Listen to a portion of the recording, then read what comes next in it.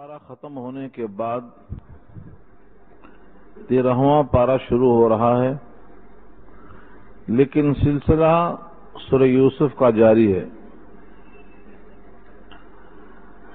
جس طرح آخر میں یہ اعلان کیا گیا تھا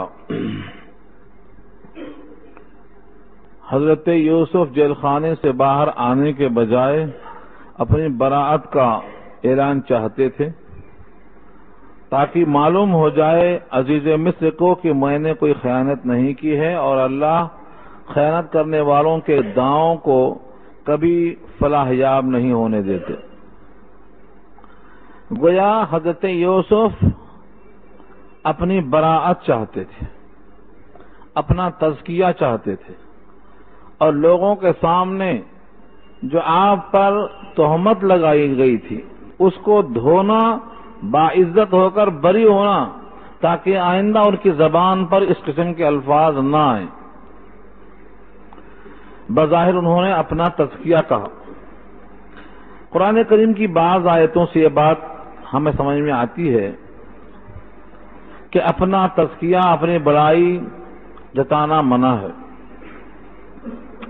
جس طرح سورہ نجم میں کہا ہے فَلَا تُزَكُّوا أَنفُسَكُمْ، اپنے نفس کا تزکیہ اور تقوی بڑھاؤ مت۔ فَلَا تُزَكُّوا أَنفُسَكُمْ هُوَ أَعْلَمُ بِمَنِ اتَّقَى، وہ جانتا ہے کون متقی ہے۔ لہذا اپنے تقوی کو، اپنی بڑائی کو جتانے کی کوشش مت کرو، یہ عام حکم ہے۔ ایسا ہی سورہ نساء میں حکم ہے أَلَمْ تَرَ إِلَى الَّذِينَ يُزَكُّونَ أَنفُسَهُمْ بَلِ اللَّهُ يُزَكِّي مَن يَشَاءُ، ان لوگوں کو دیکھا نہیں آپ نے جو اپنے نفس کی بڑائی کا تزکیہ ظاہر کرتے ہیں؟ حقیقت یہ ہے کہ اللہ جس کو چاہیں اس کا تزکیہ کر دیں۔ تو بظاہر یہ آیت جو حضرت یوسف نے کہا تھا کہ جب تک براءت نہ ہو جائے میں جیل خانے سے باہر نہیں آؤں گا، اپنے تزکیے کا گویا جتانا تھا۔ یہ ان دونوں آیتوں میں بظاہر نظر آتا ہے۔ ایک آیت میں ہے اپنی بڑائی بیان نہ کرو، اور اس آیت میں ہے کہ یوسف نے بڑائی کا اظہار کیا۔ ان دونوں باتوں کو سامنے رکھ کر اس آیت کو سمجھو۔ وما ابرئ نفسی میں اسی کا اعلان ہے کہ میں نے جو اپنے نفس کی براءت کا اظہار کیا ہے، اپنی تہمت کو دور کرنے کے لیے، اپنے اوپر الزام کو صاف کرنے کے لیے، ورنہ میں کوئی اپنی بڑائی، اپنے نفس کی بڑائی ظاہر نہیں کرتا ہوں۔ نفس تو ہر ایک کو برائی ہی کا حکم کرتا ہے، سوائے اس نفس کے جس پر اللہ کا رحم ہو جائے۔ تو میں کوئی اپنا ذاتی تزکیہ اور ذاتی خوبی ظاہر کرنا نہیں چاہتا ہوں، بلکہ مجھ پر جو اللہ کا رحم ہوا ہے اس رحم کا اظہار کرنا مقصد ہے۔ یہاں سے شارحین لکھتے ہیں دو باتیں۔ ہر حال میں تزکو یعنی اپنا تزکیہ ظاہر کرنا ضروری نہیں ہے، بلکہ یہ ادب کے خلاف ہے۔ لیکن جب تہمت آ جائے اور موقع صفائی چاہتا ہو تو اس موقع پر اپنی براءت کے لیے تزکیے کی صفائی کے طور پر اپنے کچھ اوصاف جمیلہ کو بیان کرنا نہ صرف جائز ہے بلکہ مستحب اور مندوب ہے۔ یہ کہا گیا۔ یہ گزشتہ باتوں کی تمہید کا اشارہ ہے۔ اب یہاں سے حضرت یوسف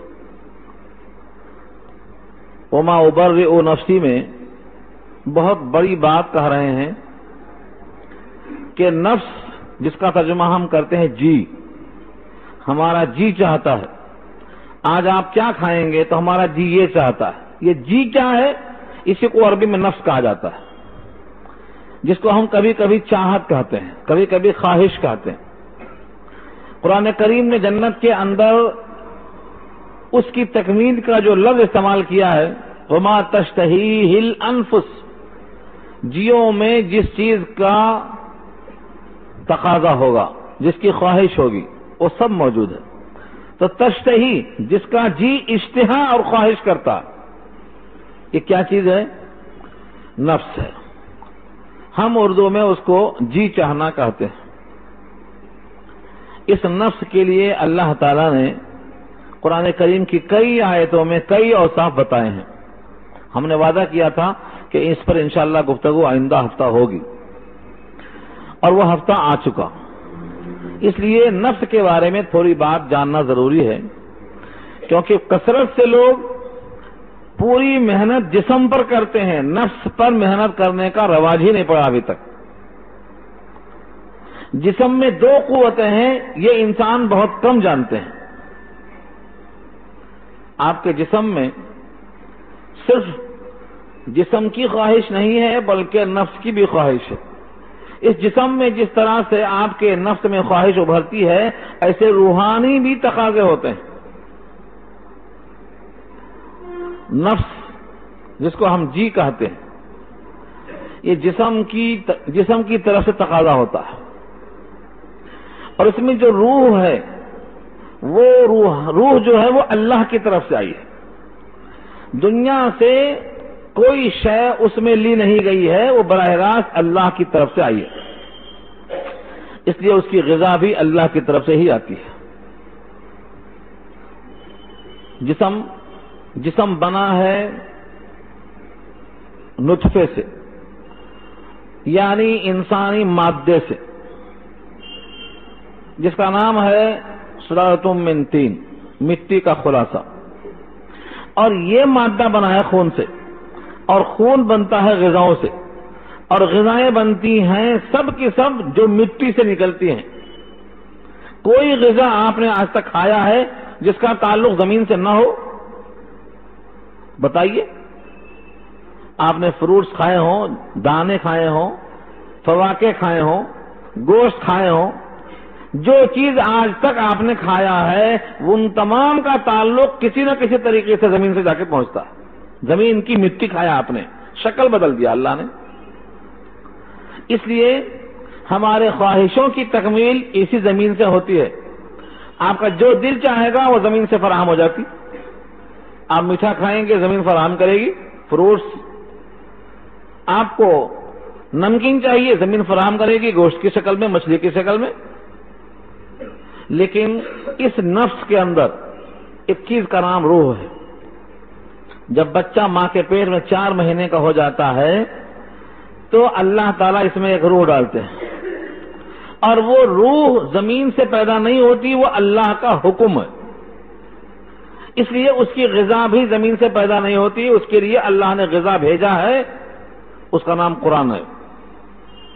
اسی لیے قرآن کریم کا ایک دوسرا نام روح بھی ہے، قرآن کریم کا ایک نام روح بھی ہے۔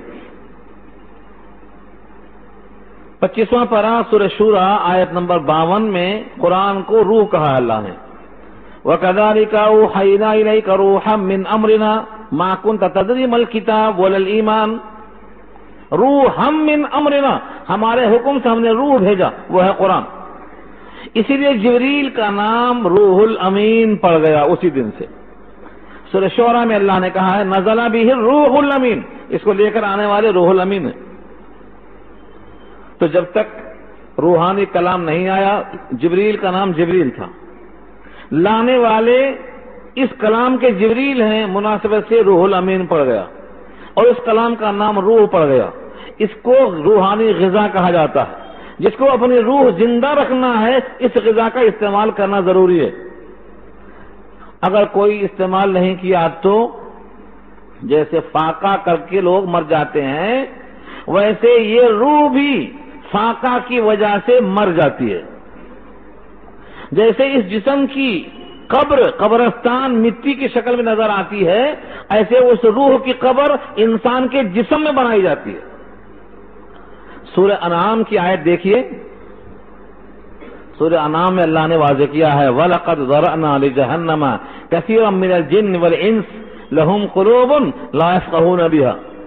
یہ پوری آیت پڑھ ڈالیے آپ۔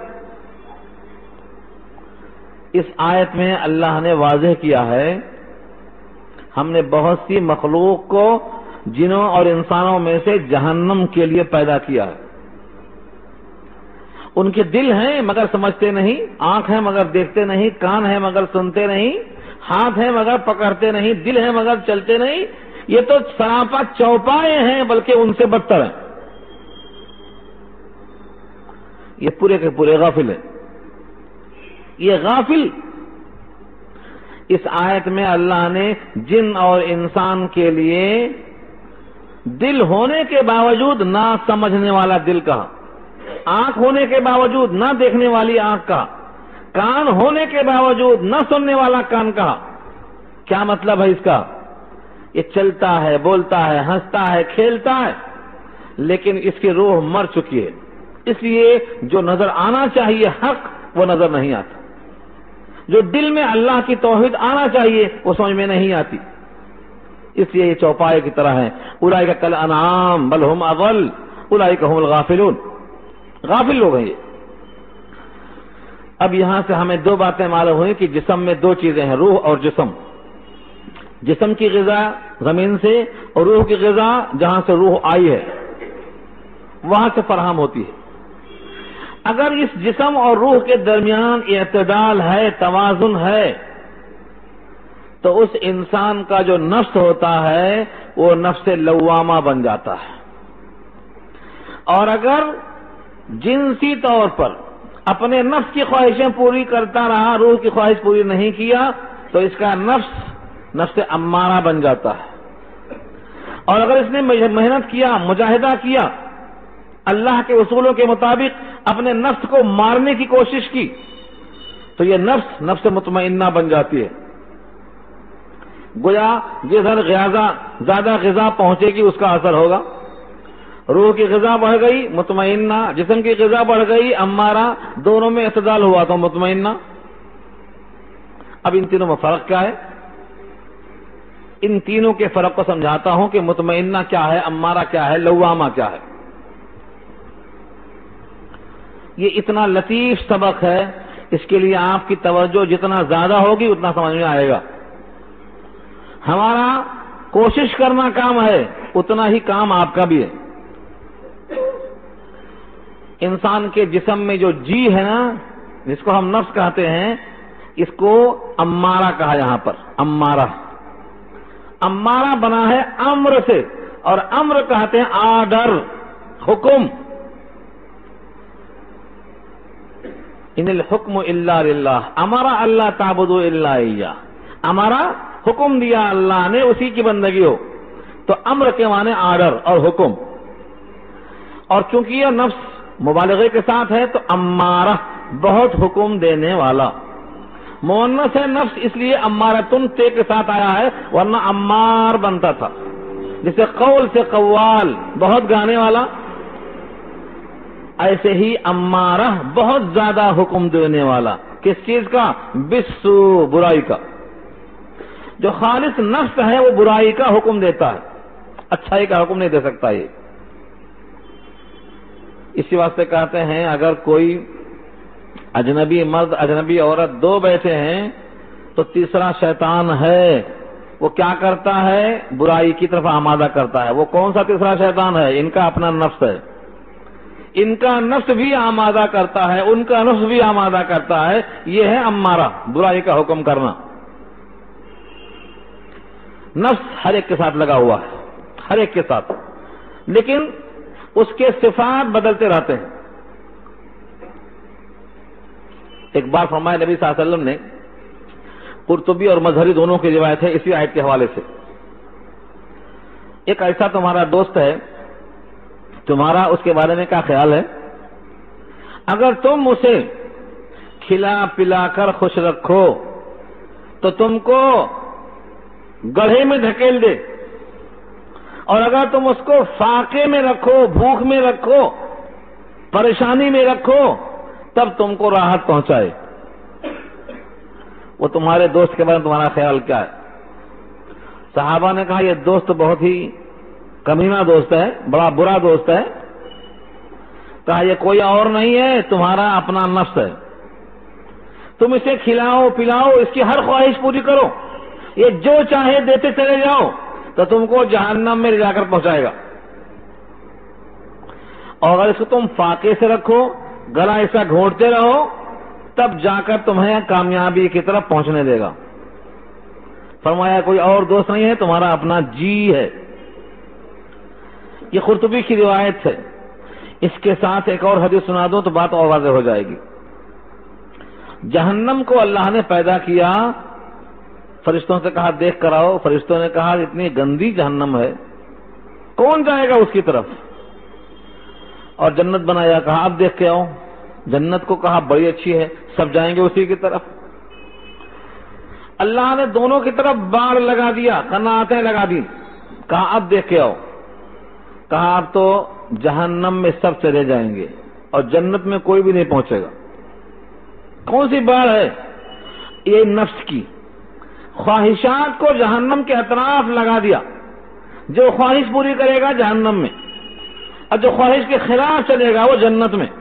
فرمایا خواہش کے خلاف کون چلے گا؟ الفاظ ہیں حدیث کے، حفت النار بالشہوات وحفت الجنہ بالمکارہ، جنت کو گھیر دیا ہے اطراف سے ناگوار چیزوں سے، اور جہنم کو گھیر دیا ہے اطراف سے خواہشات سے۔ خواہشات پر عمل کرو، خود ہی پہنچ جاؤ۔ خواہشات کے خلاف چلنا کوئی آسان کام نہیں سمجھنا۔ سب سے زیادہ افضل عمل کون سا ہے؟ افضل الاعمال ما اکرہت علیہ النفوس، نفسوں کو جس پر ناگواری ہوتی ہو وہ عمل سب سے افضل ہے۔ اس لیے گرمی کا روزہ سردی کے روزے کے مقابلے میں زیادہ اجر والا ہے۔ کیوں؟ مشقت وہاں زیادہ ہوتی ہے۔ افضل الاعمال ما اکرہت علیہ النفوس، تو نفسوں کو ناگوار جو عمل ہوتا ہے، یہ نفس کیا ہے؟ جی ہے، وہی خواہش ہے۔ اس میں یہ اعتدال پیدا کرنا، کیسے پیدا کرنا؟ کیا شکل ہو سکتی ہے؟ آگے جملہ ہے الا ما رحم ربی۔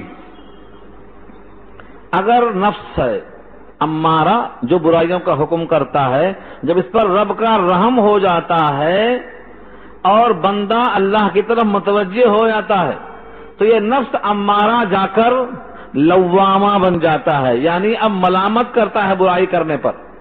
اچھا تم نے اسے گالی دی، اپنے آپس میں کوستا رہتا ہے، تمہیں گالی دینا نہیں چاہیے تھا، تم نے بہت برا کام کیا۔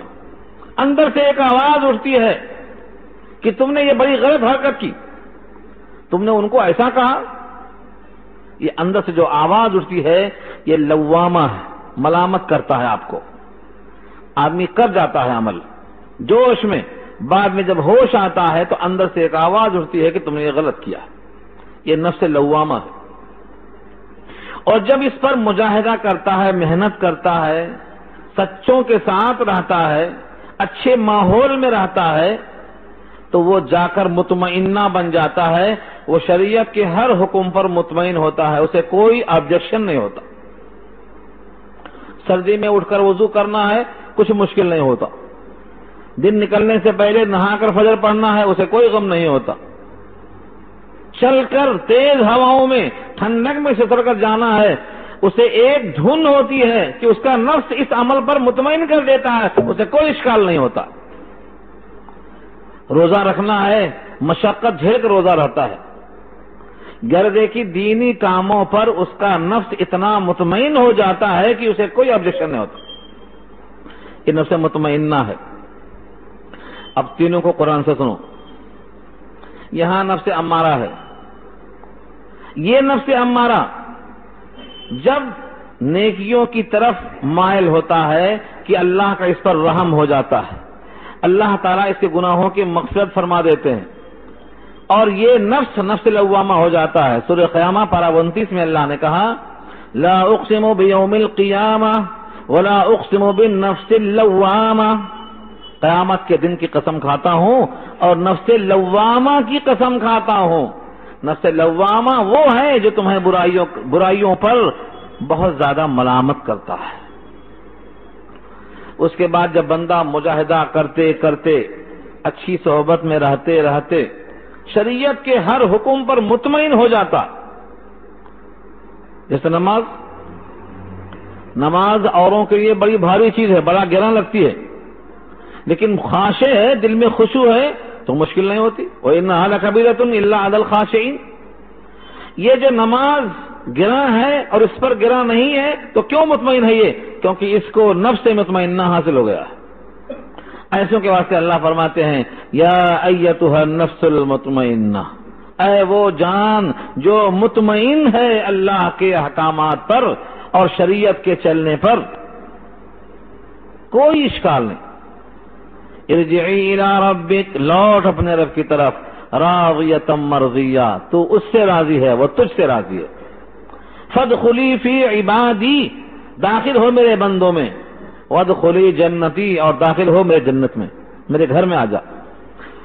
تو پہلا درجہ ہے نفس امارہ کا، برائیوں کا حکم کرتا ہے، اس پر خدا کا رحم آ جائے تو لوامہ بن جاتا ہے. جس میں اور مجاہدہ ریاضت کیا تو یہ جا کر مطمئنہ بن جاتا ہے. یہ نبیوں کو اللہ کی طرف سے خود بخود حاصل ہوتا ہے اور غیر نبی کو اچھی صحبت سے حاصل ہوتا ہے. اسی لیے اللہ نے کہا ہے کونوا مع الصادقین، سچوں کے ساتھ رہو. بغیر سچوں کے ساتھ رہے یہ درجہ حاصل نہیں ہوتا ہے. اور جب بندہ ان 3 مراحل سے آگے گزر جاتا ہے، نفس مطمئنہ پا لیتا ہے، تو اب اس کو ایک نفس کا اور درجہ حاصل ہوتا ہے، وہ نفس ملہمہ ہے کہ اس کو الہام ہوتا ہے. فَأَلْهَمَهَا فُجُورَهَا وَتَقْوَاهَا، ہر بندے کو الہام ہوا ہے کہ تقویٰ کیا ہے، فجور کیا ہے. لیکن نفس ملہمہ اس وقت حاصل ہو جاتی ہے جب یہ بندہ ہمیشہ اللہ کی طرف متوجہ ہوتا ہے. اس کے بعد درجات ہیں کشف کے اور مراقبے کے. جو لوگ کشف اور مراقبے پر اشکال کرتے ہیں، در حقیقت ان کے نفس مطمئنہ کو ابھی وہ درجہ حاصل ہی نہیں ہوا ہے، ابھی وہ امارہ ہی کے اندر پڑے ہیں. نفس امارہ ملہمہ کب بنتا ہے، نفس امارہ لوامہ کب بنتا ہے، نفس امارہ مطمئنہ کب ہو جاتا ہے، یہ لفظوں سے پڑھ کر حاصل نہیں ہوتا. اس کو اچھی صحبت چاہیے جو اس کے نفس کو ٹوکتا جائے، برائیوں پر ٹوکتا جائے، اچھے کاموں کی ترغیب دیتا جائے. اب آپ یہاں بیٹھے ہوئے ہیں قرآن کریم سننے کے لیے، یہ دل میں آپ کی جو رغبت ہے یہ اسی صحبت کا نتیجہ تو ہے. ورنہ آج کتنے لوگ ہیں جو بازار میں ٹہل رہے ہیں، اور ان سے کہا بھی ہوگا، ان کو معلوم بھی ہوگا، اخبار میں خبریں بھی آئی ہوں گی، لیکن ان کے دل میں کوئی آواز نہیں اٹھتی کہ ہمیں قرآن سمجھنا چاہیے. تو جب تک آپ کو یہ صحبت نہیں ملی تھی آپ کے دل میں یہ خیال نہیں آیا تھا. دل میں اس بات کی طرف خیال آنا یہ الہام ہے، الہام ہے یہ. اور جب یہ الہام دل میں آتا ہے تو گویا اللہ کی طرف سے رہنمائی ہوتی ہے، آپ کو یہ کرنا چاہیے، یہ نہیں کرنا چاہیے. اس طرح حضرت یوسف نے اپنے نفس کے لیے یہ واضح کیا کہ ہر نفس تو اس کا کام ہی ہے برائی کا حکم کرنا. ہاں مگر نفس والے پر جب رب کا رحم ہو جاتا ہے تو اس کو نفس امارہ کے بجائے نفس لوامہ حاصل ہو جاتا ہے، اور ریاضت کے بعد مطمئنہ حاصل ہو جاتا ہے. اس لیے میرا کمال نہیں ہے، مجھ پر اللہ کے رحم کا کرشمہ ہے. یہاں سے ہمیں کیا معلوم ہوا؟ اگر کوئی بندہ اچھے کام میں لگ جائے، برائیوں سے بچ جائے، تو اپنی گردن اونچا کر کے فخر سے میں نے ایسا کیا اور میں اس گناہ سے بچ گیا، بولنا اچھا نہیں ہے. مجھے اللہ نے بچا لیا، مجھے اللہ نے یہ موقع دے دیا، مجھے اللہ نے رہنمائی فرما دیا، میرے لیے اللہ نے یہ راستہ ہموار کر دیا. ورنہ آپ حضرت یوسف کے مقابلے میں کیا ہیں؟ یوسف کا اعتراف ہے کہ نفس امارہ برائی کا حکم دیتا ہے. جب تک رب کا رحم نہ ہو جائے تو آپ نے کوئی کام خود سے کیسے کر لیا؟ یہ سب اللہ کی توفیق ہے، اللہ کی عنایت ہے. اس لیے کبھی بھی نیکیوں پر غرہ کہ میں نے ایسا کیا ہے نہیں ہونا چاہیے. چاہے وہ نیکی ہلکے درجے کی ہو، اللہ کو پسند نہیں آتی. قارون کا مقولہ یاد ہے سورہ قصص میں. قارون سے لوگوں نے کہا تیرا مال اللہ کا دیا ہوا ہے، اس سے آخرت خرید، آخرت کا حصہ اس میں سے نکال خرچہ کر. احسن کما احسن اللہ الیک ولا تبغ الفساد فی الارض، فساد مت کر زمین میں، اس پیسوں سے آخرت میں اپنا حصہ خرید. ولا تنس نصیبک من الدنیا. تو پھر قارون کیا کہتا ہے؟ تمہارا خیال ہے یہ اللہ نے احسان کیا ہے، میرا خیال یہ ہے یہ میری محنت ہے، میری صلاحیت ہے، میری استعداد ہے. انما اوتیتہ علی علم عندی، یہ میں دیا گیا ہوں میری اپنی صلاحیت کی وجہ سے. یہ صلاحیت کون دیا؟ یہ وجود کون بخشا؟ یہ رہنمائی کس نے عطا کی؟ دماغ میں کام نہیں آتا.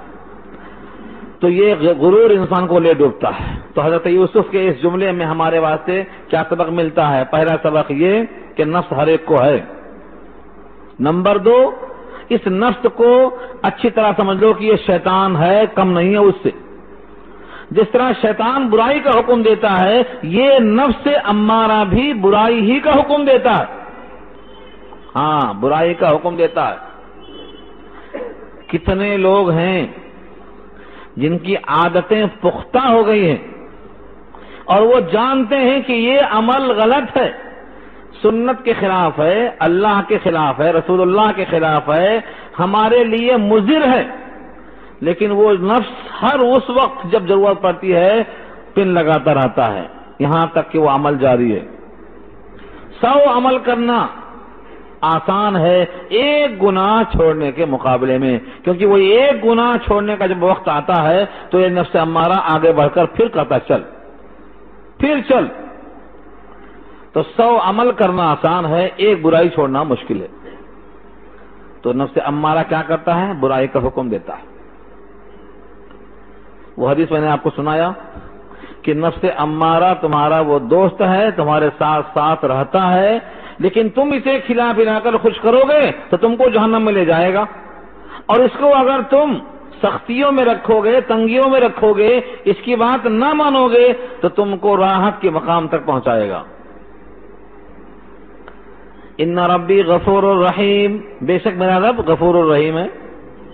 غفور مغفرت کرنے والا، رحیم شفقت کرنے والا، رحم کرنے والا، سابقہ تمام گناہوں کی مغفرت کرنے والا، اور اس گناہ کے دھلنے کے بعد میری ذات پر رحم کرنے والا. یہ اللہ کی صفت ہے، اسی واسطے اللہ تعالیٰ نے مجھ پہ رحم فرمایا.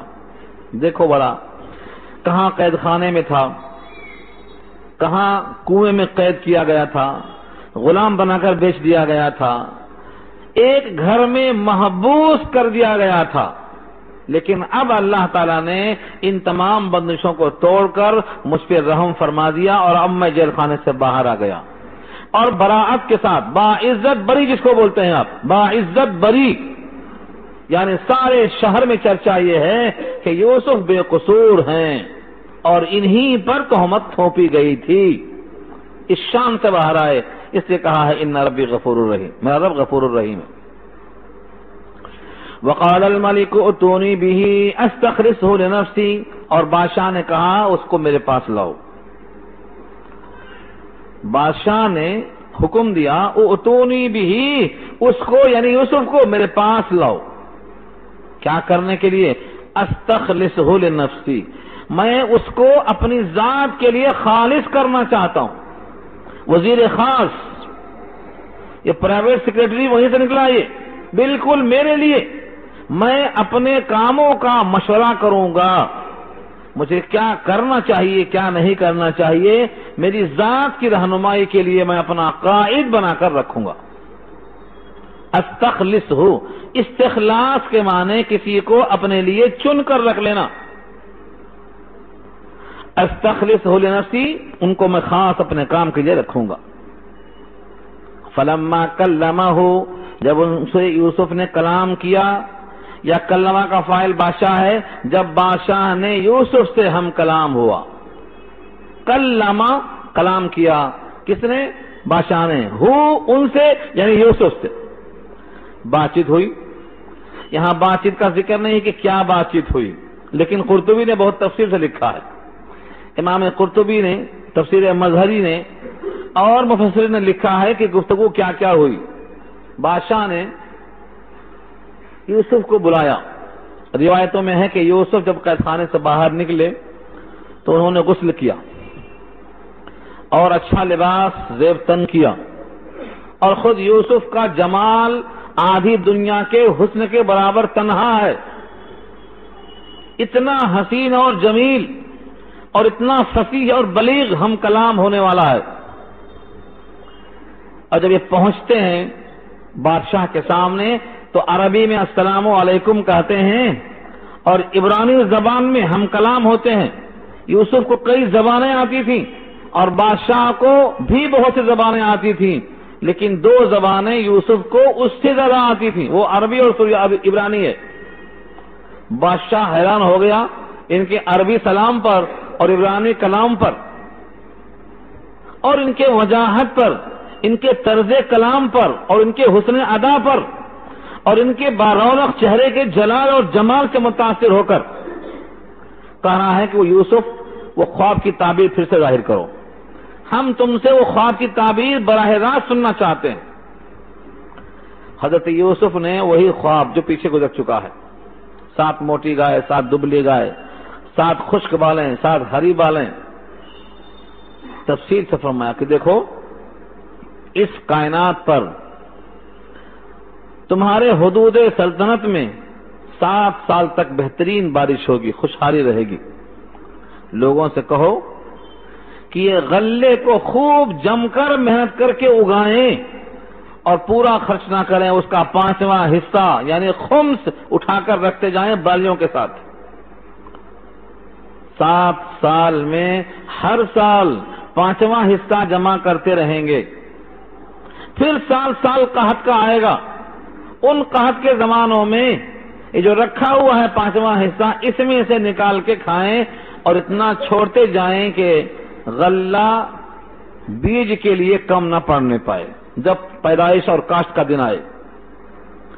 یہ تدبیر اور تدبیر یہاں لکھا ہے قرطبی نے کچھ خواب کا حصہ بادشاہ نے ظاہر نہیں کیا تھا، یوسف نے اس خواب کو مکمل بیان کیا، اس کے بعد تدبیروں کے ساتھ خواب کی تعبیر بتا دیا۔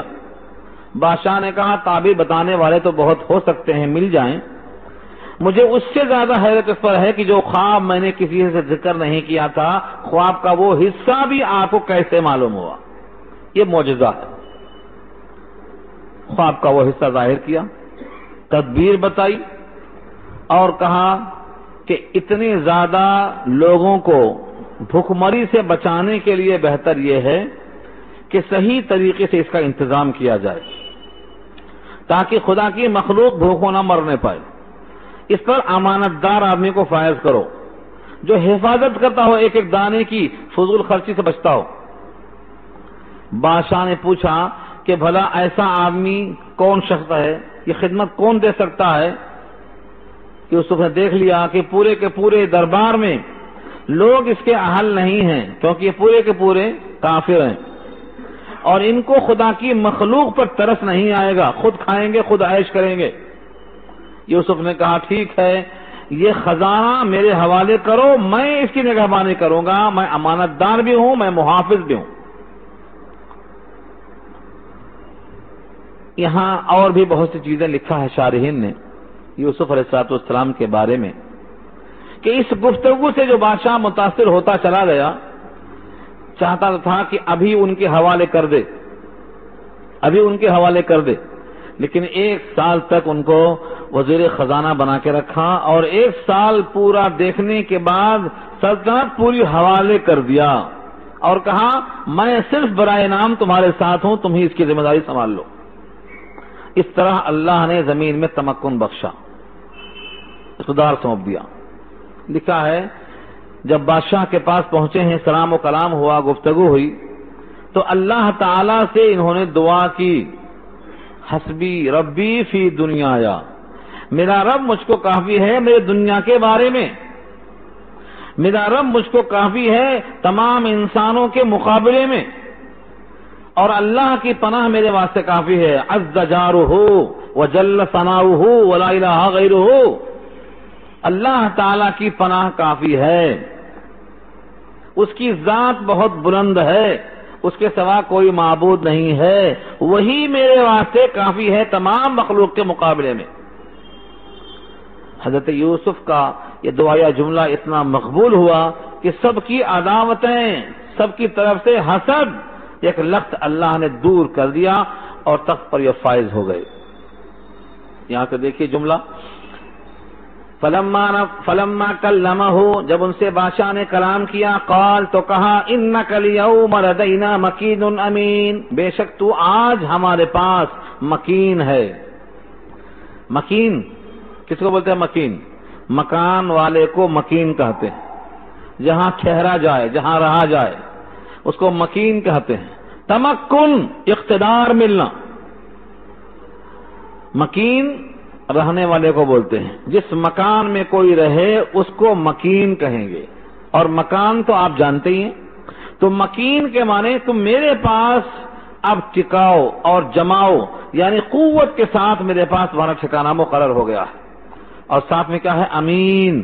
امین کے معنی تم قابل اعتبار ہو، امانت دار ہو، تم پر کسی قسم کا کوئی شبہ نہیں ہے، تم قابل اعتماد ہو، میرے معتمد ہو، یہ ہے امین۔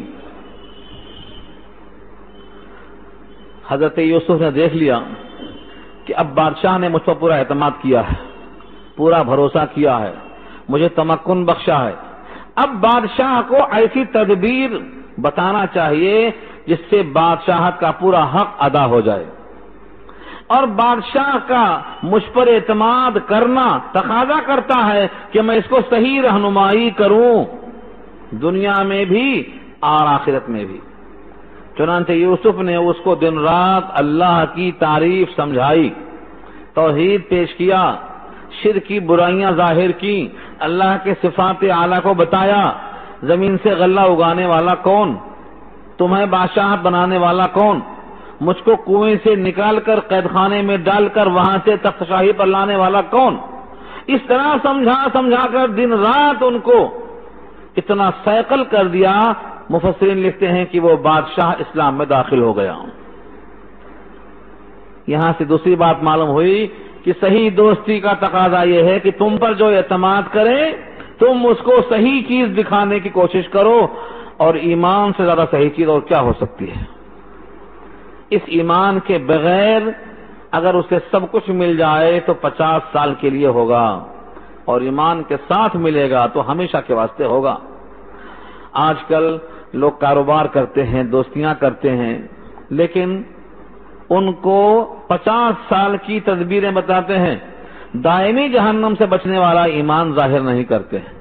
یہ یوسف کی سنت کے خلاف ہے۔ ان کی سنت یہ ہے کہ تم پر جس نے اعتماد کیا ہے تم ان کو سمجھا کر توحید پیش کرو۔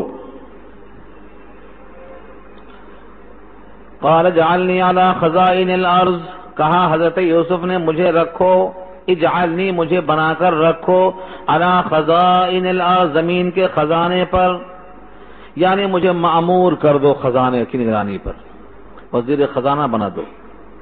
اس پر کلام کیا ہے بہت طویل لوگوں نے کہ یہ تو بادشاہ کا عہدہ مانگ لیا، اور عہدہ مانگنا حکم نہیں ہے اسلام میں۔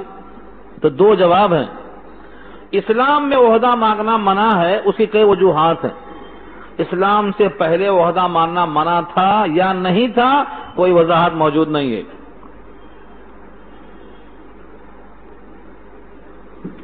اس امت میں خاص طور سے یہ حکم دیا گیا ہے کہ جو شخص کوئی عہدہ مانگے اس کو عہدہ ہم نہیں دیتے، وہ اس کے لائق نہیں ہے۔ عہدے کے لائق نہ ہونے کی دلیل ہے یہ کہ عہدہ مانگ رہا ہے وہ، اگر اس لائق ہے بھی، مانگنے کی نحوست یہ ہے کہ اللہ اس کا تعاون نہیں کریں گے، اس کے حوالے کر دیں گے، اب وہ سنبھال نہیں پائے گا۔ اور جو بغیر مانگے عہدہ پاتا ہے اللہ تعالیٰ اس کا کفیل بنتا ہے، اس کی ذمہ داریوں کو سنبھالتا ہے۔ اس لیے امت محمدیہ میں عہدہ مانگنا منع ہے۔ صحابہ کرام میں سے بعض کا ذکر ملتا ہے کہ کسی نے عہدہ مانگا تو آپ نے کہا لن نستعمل، ہم کسی کو عامل نہیں بنا سکتے ہیں ایسے شخص کو جو اس کا طالب ہو، ہم دیتے نہیں اس کو۔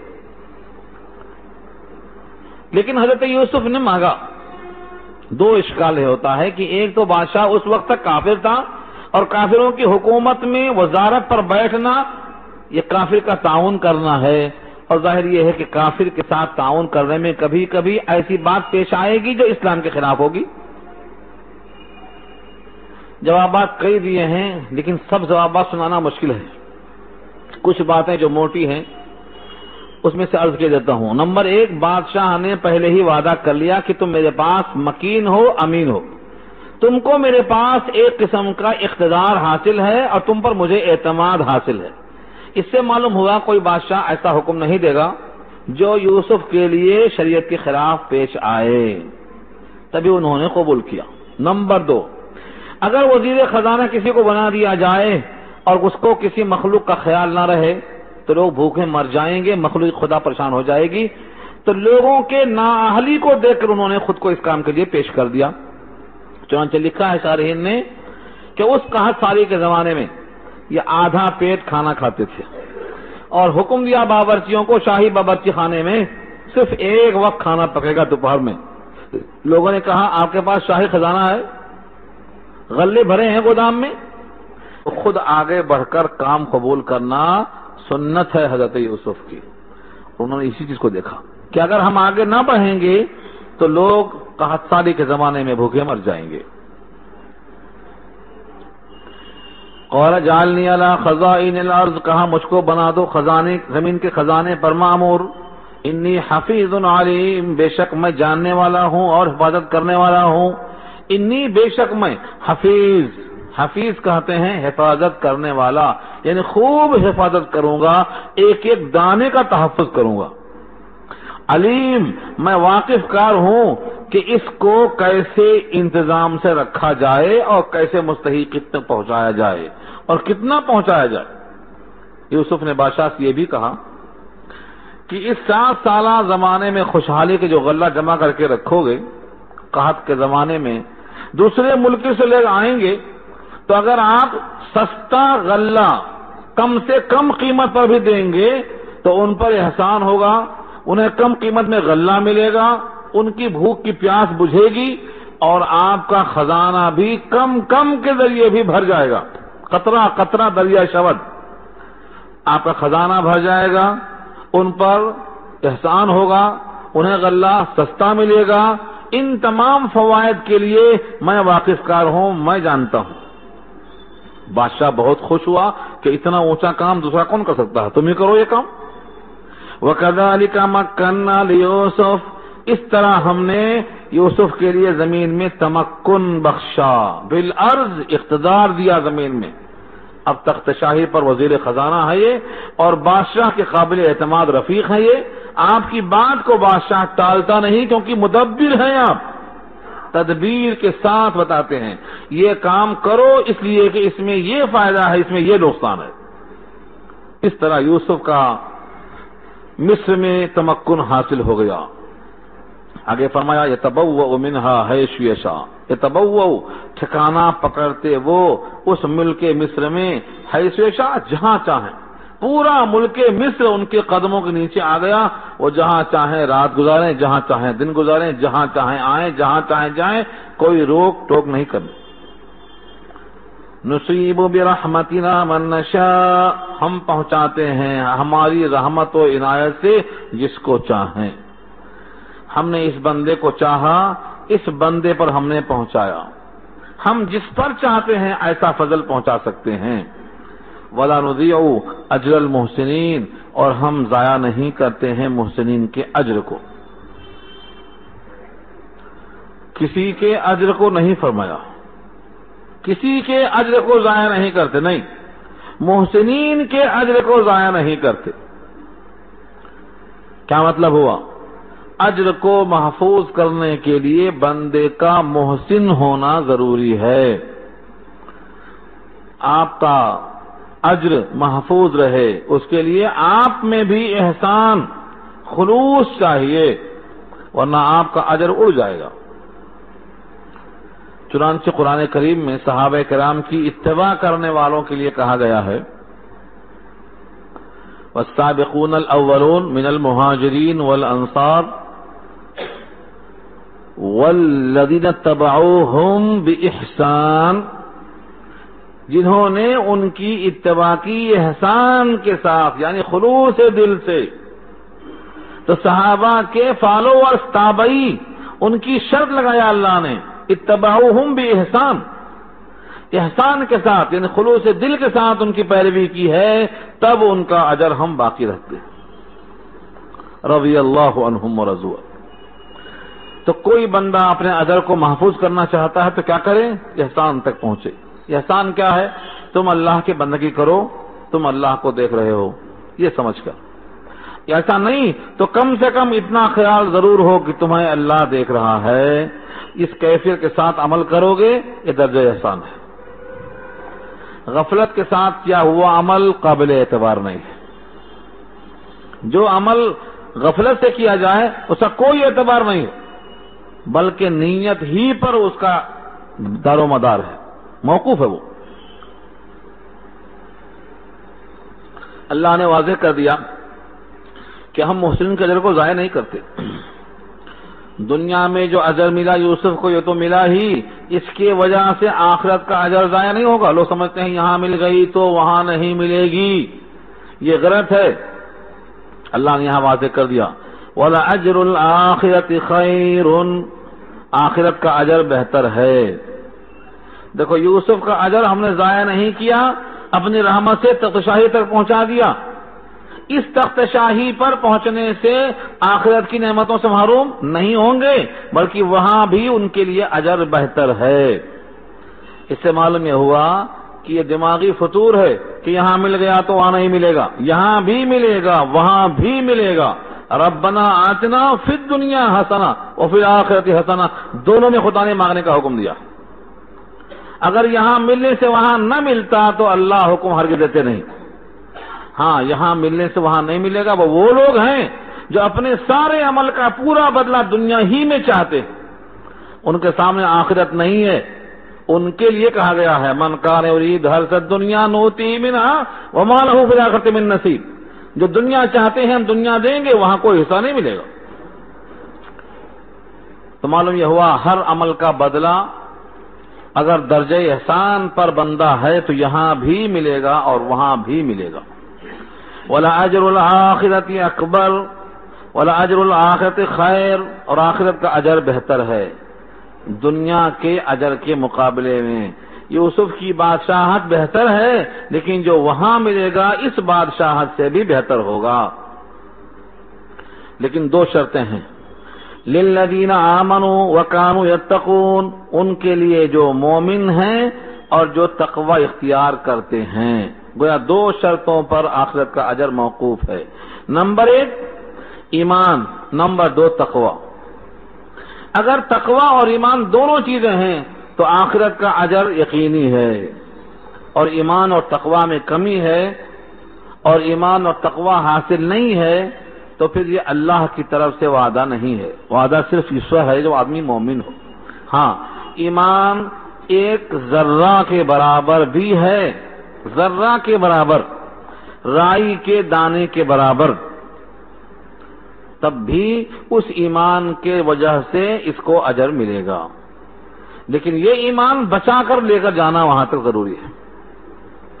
فرمایا للذین آمنوا وکانوا یتقون، ان کے لیے جو صاحب ایمان ہیں اور جو تقوی اختیار کرنے والے تھے، ان کے لیے ہم نے کیا ضائع نہیں کرتے۔ اب یہاں سے اگر یہ بات نہ کہی جائے تو لوگ سمجھیں گے یہ صرف یوسف کے لیے ہے۔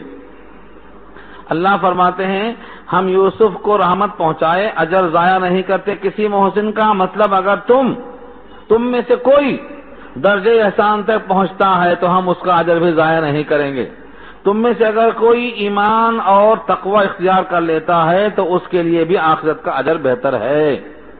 ترغیب ہو گئی۔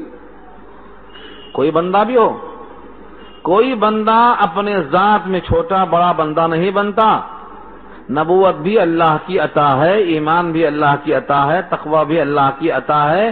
ان عطاؤں سے ہی بندہ اونچا اٹھتا ہے۔ تو اگر تم میں تقوی آئے اور تم میں ایمان آئے تو اللہ تعالیٰ کے پاس کوئی کمی نہیں ہے۔ اصول ضابطہ وہی ہے کہ ہر ایک کو اللہ تعالیٰ عطا فرمائیں گے، آخرت کا اجر بہتر ہے۔ خلاصہ کیا نکلا ہمارے لیے کہ ہم اگر مومن اور متقی بن جائیں تو آخرت کا اجر ہمارے لیے بہتر ہے، اور یہاں ملنے سے وہاں کی نفی نہیں ہوتی ہے۔ لہذا پوری توانائی کو ہمیں اپنے ایمان اور تقوی پر صرف کرنا چاہیے۔ اللہ تعالی ہم سب کو عمل کرنا آسان فرمائے۔